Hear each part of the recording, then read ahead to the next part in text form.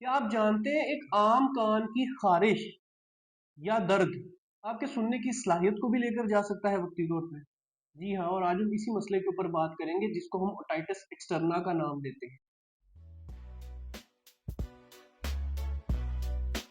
Otitis externa ऐसी condition का नाम है जिसमें हमारे कान की नाली, जो बाहरी कान को अंदरूनी कान जिसको एयर कैनाल कहते हैं, उसकी जिल्द की सोजिश हो जाती है। अब इसकी बहुत सी वजूहात हैं, जिनमें कुछ अहम ऑर्गेनिजम्स जो इसको कॉज यानी इसकी वजह बनते हैं वो है, अगर तो बैक्टीरियल कॉज है तो उसमें सूडोमोनास एक अहम ऑर्गेनिज्म, फिर स्टेफिलोकोकस एक दूसरे नंबर पे बड़ा अहम ऑर्गेनिज्म है इस बैक्टीरियल कॉज का।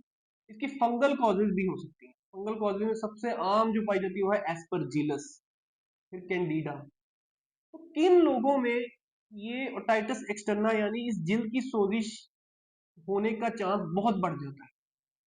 सबसे पहले तो वो लोग जो कान में आम वेले बैठे भी तीलियां, चाबियां और कॉटन बड्स मारते हैं, उससे होता यह है कि जो आम जो जिल्द की एक बैरियर, जो प्रोटेक्टिव लेयर जो हिफाजत प्रोवाइड कर रही है, उस पर स्क्रैचेज आते हैं और वहां से जर्म्स अंदर एंटर हो जाते हैं और इन्फेक्शन होता है। तो इसलिए इस चीज को अवॉइड करनी चाहिए।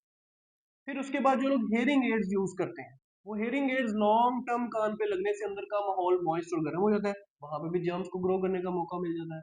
फिर स्विमर्स, स्विमर्स में ये कंडीशन बहुत आम है और इस कंडीशन ओटाइटिस एक्सटर्ना यानी इसका दूसरा नाम भी है स्विमर्स ईयर। क्यों?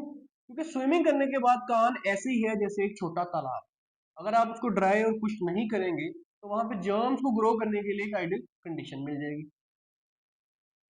अब इसकी अलामत जो आम तौर पर मरीज में आती हैं वो ये है कि कान में शदीद दर्द, इसके अलावा कान में शदीद खारिश के साथ वो आता है, रेशा या डिस्चार्ज भी कान से आ सकता है। इसके अलावा सुनने की सलाहियत भी वक्ती तौर पे कम हो सकती है, क्योंकि ये जो नाली बाहरी कान को अंदरूनी कान से जोड़ रही है, इसकी सोजिश होती है और ये रास्ते को और तंग कर देती है, जिसकी वजह से आवाज अंदर कम दाखिल। अब इस सूरत हाल को जब डॉक्टर एग्जामिन करता है तो वो क्या देखता है, जब एंडोस्कोपिकली या ऑटोस्कोपिकली एग्जामिनेशन की जाती है, तो अगर तो बैक्टीरियल कॉज है तो कान में सोजिश हुई होगी, पस मौजूद होगी और ये जो नाली है ये लाल भी हुई होगी। लेकिन अगर फंगल कॉज है तो इसमें डिस्चार्ज जो होगा वो कॉटन वूल यानी रुई के टुकड़ों की तरह का होगा, और साथ में ऊपर काले काले दाने जो फंगस के स्पोर्स होंगे वो भी दिखेंगे। फिर इसका इलाज इसी चीज पर दारोमदार करता है कि इसकी क्या कॉज है। अगर तो बैक्टीरियल कॉज है तो उसमें एंटीबैक्टीरियल ड्रॉप्स, जिनमें साथ स्टीरॉइड भी ऐड ऑन वो दिए जाएंगे। अगर तो फंगल कॉज है तो एंटी फंगल ड्रॉप दिए जाएंगे। इसके अलावा दर्द के लिए इसके अंदर पेन किलर्स दिए जाएंगे। अगर कंडीशन बहुत ही ज्यादा सीवियर है तो पेशेंट को हम इंजेक्टेबल्स के अंदर भी लेके जा सकते हैं। अगर डिस्चार्ज बहुत ज्यादा है तो पहले कान की सक्शन या सफाई करना भी जरूरी है, ताकि ड्रॉप कान के अंदर तक पहुंच सके। इस कंडीशन को हम कैसे अवॉइड कर सकते हैं?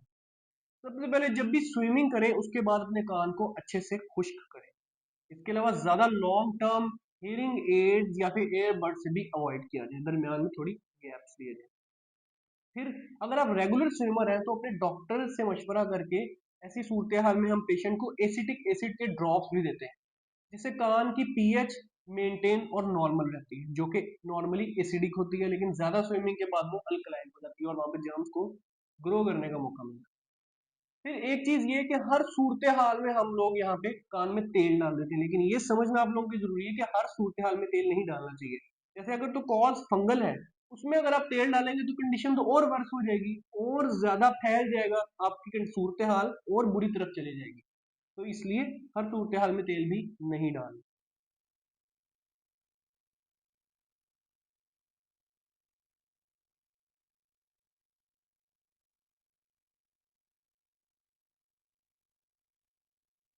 ये था सब कुछ ओटाइटिस एक्सटर्ना के बारे में। अगर आज आप लोगों को वीडियो पसंद आई है और सारी डिटेल ओटाइटिस एक्सटर्ना की समझ आई है तो वीडियो को लाइक कमेंट और सब्सक्राइब जरूर करें, ताकि मैं मजीद ऐसी वीडियोस बनाता हूँ और वीडियो का एल्गोरिथम भी बूस्ट।